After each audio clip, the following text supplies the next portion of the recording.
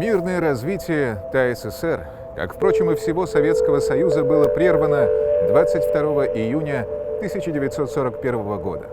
Фашистская Германия без объявления войны напала на Советский Союз. Большая беда накрыла всю огромную страну. На территории Татарской Республики не было военных действий, но ее вклад в победу огромен.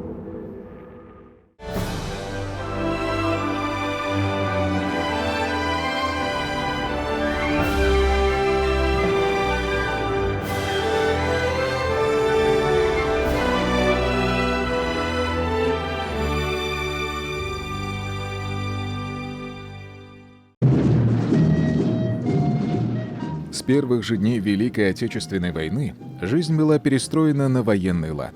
Значительную часть СССР оккупировали фашистские войска. Вся тяжесть обеспечения боеспособности Красной Армии и выживания граждан страны легла на восточные регионы, в том числе и на ТАССР. Советская Татария стала кузницей боевых резервов. В действующую армию было призвано около 700 тысяч человек. Из них каждый второй погиб, защищая Родину. На фронты войны были отправлены 7 стрелковых дивизий, 91-я танковая бригада, 37-й зенитно-артиллерийский полк, 202-я авиационно-бомбардировочная дивизия имени Верховного Совета ТАССР и многие-многие другие соединения. Практически с первых дней войны развернулось военное обучение населения. Большую работу проводил ОСА-Авиахим, организация Красного Креста. В общей сложности республика подготовила 350 тысяч человек по 30 военным специальностям. Вся промышленность ТАССР была переведена на военные рельсы. В ноябре 1941 года Объединенный пленум Татарского обкома и Казанского горкома партии постановляет максимально использовать имеющееся оборудование, изыскать внутренние возможности для производства дополнительных видов вооружений и боеприпасов. Там, где раньше выпускались товары народного потребления, стали производить мины и снаряды. В соответствии с мобилизационными планами работал завод «Серп и молот». Он выпускал корпуса мин, взрыватели к минам. Отдельно хочу выделить Казанский кетгутный завод. Это было единственное предприятие в стране, которое выпускало живительные нити кетгута, без которых невозможно было проведение хирургических операций. За годы войны производство кетгута в Казани выросло в 5 раз. Легендарная фраза Чуйкова, который защищал Сталинград, был главным при обороне Сталинграда: «Мы бы не удержали Сталинград, если бы не татарские бычки». БК. Бронекатера, которые бегали по Волге, причем они были не просто транспортом, который перетаскивал снаряды, пленных, раненых, и, так сказать. Нет, это были «Катюши» на реке. И именно их залпы помогали обороняющимся в Сталинграде солдатам удержаться на берегу. Вот почему произведенные в Зеленодольске на заводе «Серп и молот» катера сыграли такую огромную роль. Еще с довоенных лет одной из самых развитых отраслей в ТАССР была легкая промышленность. С первых же дней Великой Отечественной на всех предприятиях был пересмотрен ассортимент продукции. Казанский меховой комбинат освоил производство армейских шапок-ушанок, рукавиц, шлемофонов, комбинезонов. Комбинат «Спартак» стал поставлять на фронт обувь. Вот Накиана Биулина. Только ее руками обработано для наших бойцов 216 тысяч парвалин.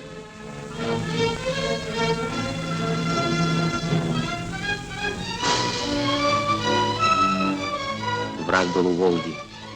Все жили одной заботой, своим трудом удесятерить сопротивление. Меховые комбинезоны, унты для летчиков и танкистов посылал Казанский меховой комбинат. По поводу обмундирования, наша обувная промышленность, наша меховая промышленность одела за годы войны 3 миллионов солдат сапогами, валенками, унтами,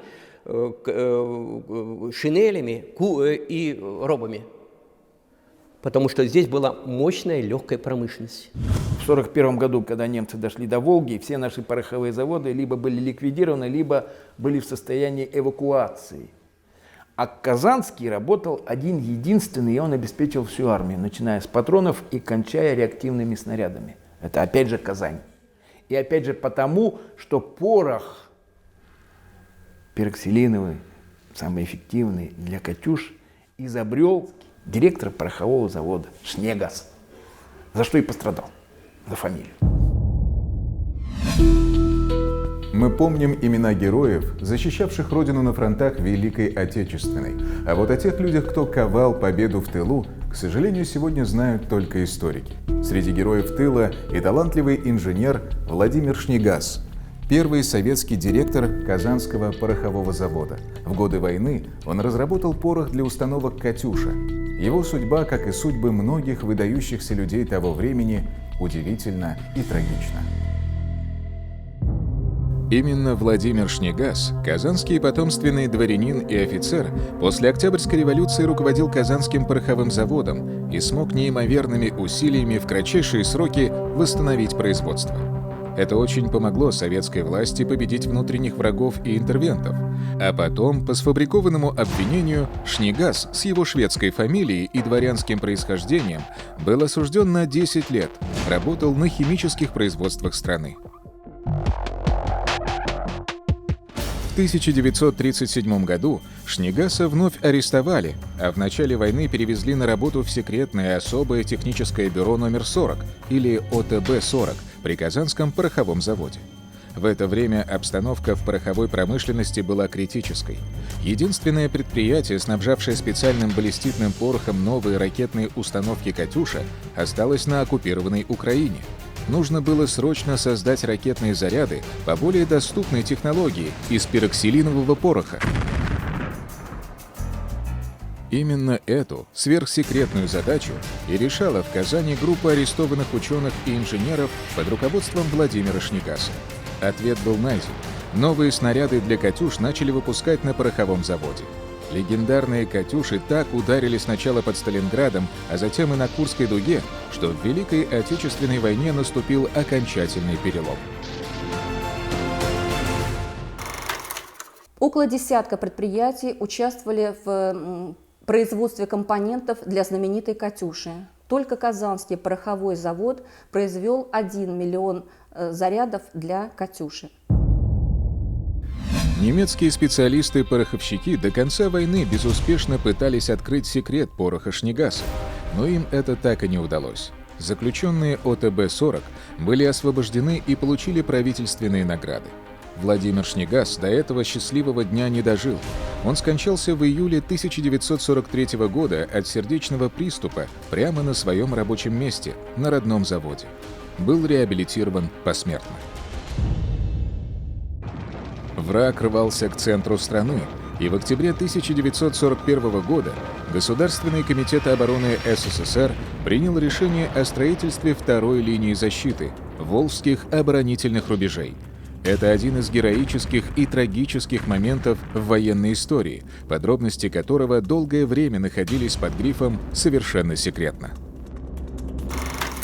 Когда враг рвался к Москве, было принято решение, что по всему правобережью Волги строить оборонительные рубежи. Если Москва будет сдана, воевать будем за Москвой. Так было в войну 12 года, такое могло и повториться здесь.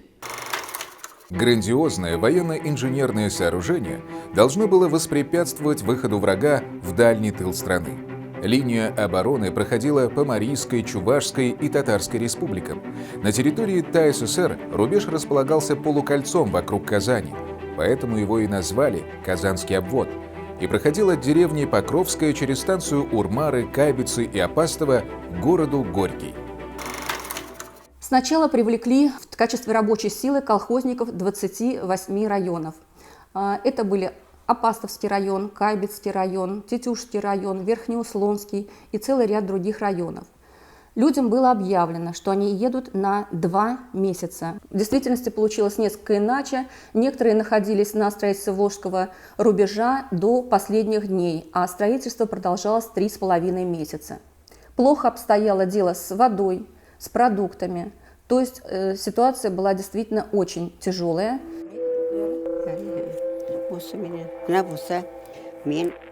Жительница Апастовского района Татарстана Рафига Гениатуллина в свои 96 лет в деталях помнит те трагические дни.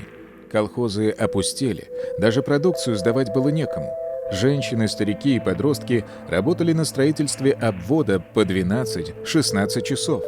Дневная норма выработки была около 2 кубометров грунта, твердого как камень. Кто работал в колхозе, у кого хоть какие-то орудия сохранились, все несли. Лом, большие лопаты, маленькие лопаты. Папа и мне нашел одну лопату. Вот так мы и работали. Трудное было время. Паёк давали, ну чё уж там, 200-300 граммов. Утром вставали в 6 утра, а возвращались только в 7 вечера. 40 градус, 41 градус. Было очень холодно, 40-41 градус.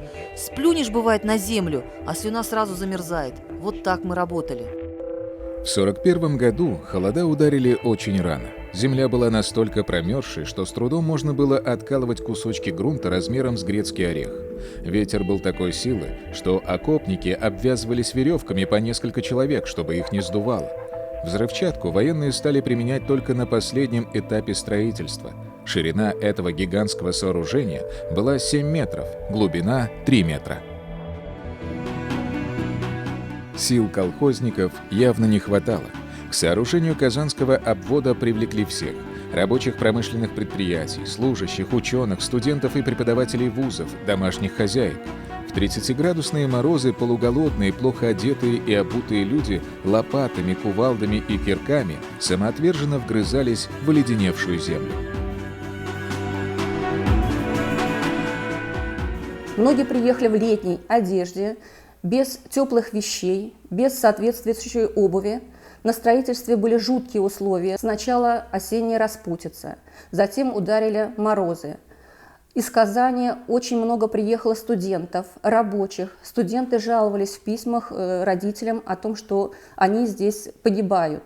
От Кавского устья до Звенигорода построили 331 километр траншеев, блиндажей, укреплений.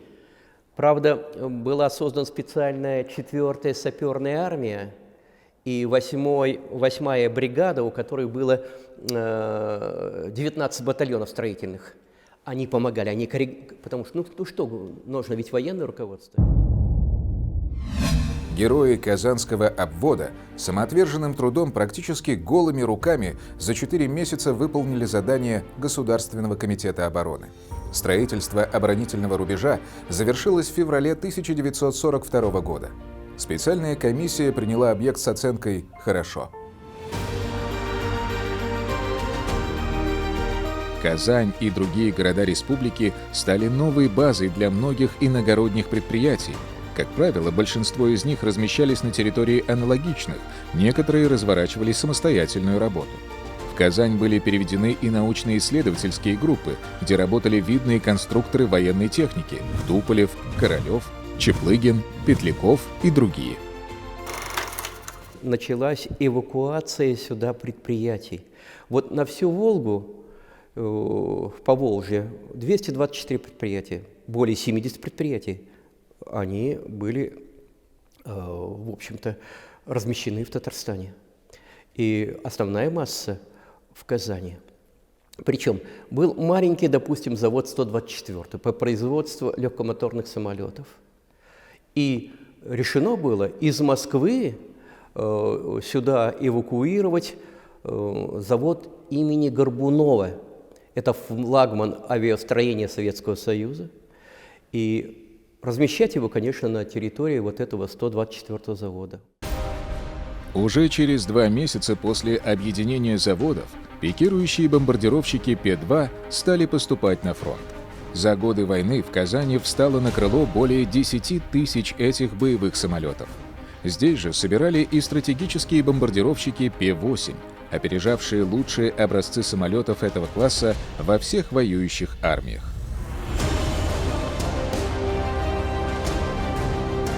Все силы были собраны в один кулак. Не быть фашистом на Волге. Уходят из Казани на фронт эти грозные боевые машины. Люди не отходили от станков сутками, выполняя ходы 3-5 норм за смену. Вот он, легендарный П-2. Пешка, созданный конструктором Владимиром Петляковым. Благодаря своей отличной аэродинамике и боевым возможностям П-2 стал одним из основных самолетов Великой Отечественной войны. Такие крылатые машины громили врага с воздуха до последнего дня войны по всему фронту. П-2 применяли не только полки ВВС, но и части авиации Северного, Балтийского и Черноморского флотов. Создатель бомбардировщиков Владимир Петляков был главным конструктором Объединенного авиационного завода в Казани. Деятельность авиаконструктора Петлякова, создателя легендарной пешки, незаслуженно оказалась в тени корифеев Яковлева, Сухого, Туполева. Именно в ЦАГе, Центральном аэрогидродинамическом институте, под руководством своего учителя, а потом и друга Туполева, Петляков сделал свои первые крылатые машины. А после создания АНТ-4, на котором спасали челюскинцев, Туполев назначил Петлякова ответственным за летные испытания всех последующих машин.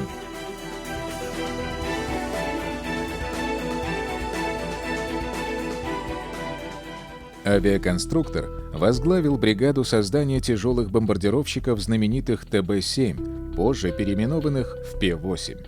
Но в 1937 году Петляков был арестован по подозрению в шпионаже. На допросах его пытали. Потом судили и отправили работать в закрытое КБ, так называемую «шарашку». Там Владимиру Михайловичу поручили создать высотный истребитель, потом пикирующий бомбардировщик. Курировал закрытые КБ сам Берия, который обещал конструкторам в случае успеха освобождение. Уже в январе 1939 года Петляков подготовил новый бомбардировщик П-2 к первому полету. В 1941 году машину запустили в серию.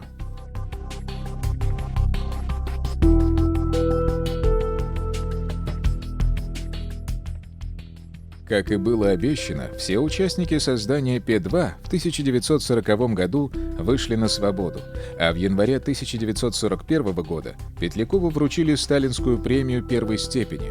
Как вспоминали очевидцы, авиаконструктор тайно премировал чертежников, на поощрение которых не хватило средств.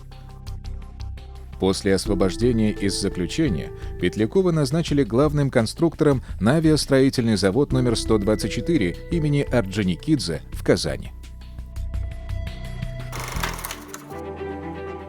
Большинство квалифицированных инженеров и рабочие авиазаводов были на фронте. К станкам встали женщины, старики и подростки. Это сказалось на качестве сборки самолетов. Как считают историки, в январе 1942 года Петляков со своим заместителем вылетел из Казани в Москву на встречу с наркомом авиапрома, чтобы договориться о возвращении части специалистов на завод.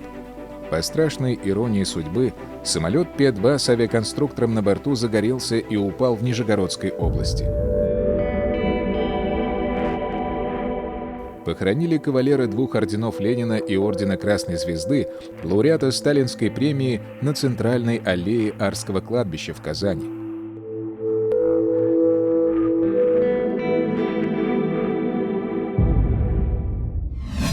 До начала Великой Отечественной войны мало кто мог представить, что еще одним легендарным самолетом может стать учебный У-2, позже По-2. Кстати, двойное название связано с переименованием самолета после смерти конструктора Поликарпова в 1944 году.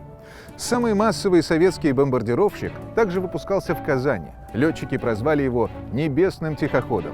Его появление на передовой поначалу вызвало у гитлеровцев скептическое отношение. Они называли его «Русфанер», «кофемолкой», но бомбардировщики каждую ночь наносили удары по переднему краю вражеских войск, и немецкое командование пообещало 5000 марок за каждый сбитый самолет. По-2 выпускал Ленинградский авиационный завод номер 387. В эвакуации он разместился на территории Казанской гужевой фабрики. Так лошади уступили место самолетам. Через 2 недели после прибытия завод уже отправлял на фронт машины, которые использовались как штабные, санитарные и учебные. В октябре 1941 года на заводе приступили к переоборудованию учебного самолета в легкомоторный бомбардировщик. Он стал поднимать более 300 килограммов бомб. В задней кабине приспособили пулемет, оснастив его боевым запасом в 315 патронов.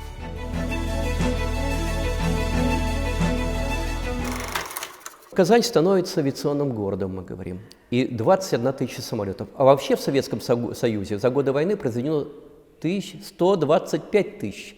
Каждый 6-й самолет произведен в Казани. Вот и говорите о значении Казани.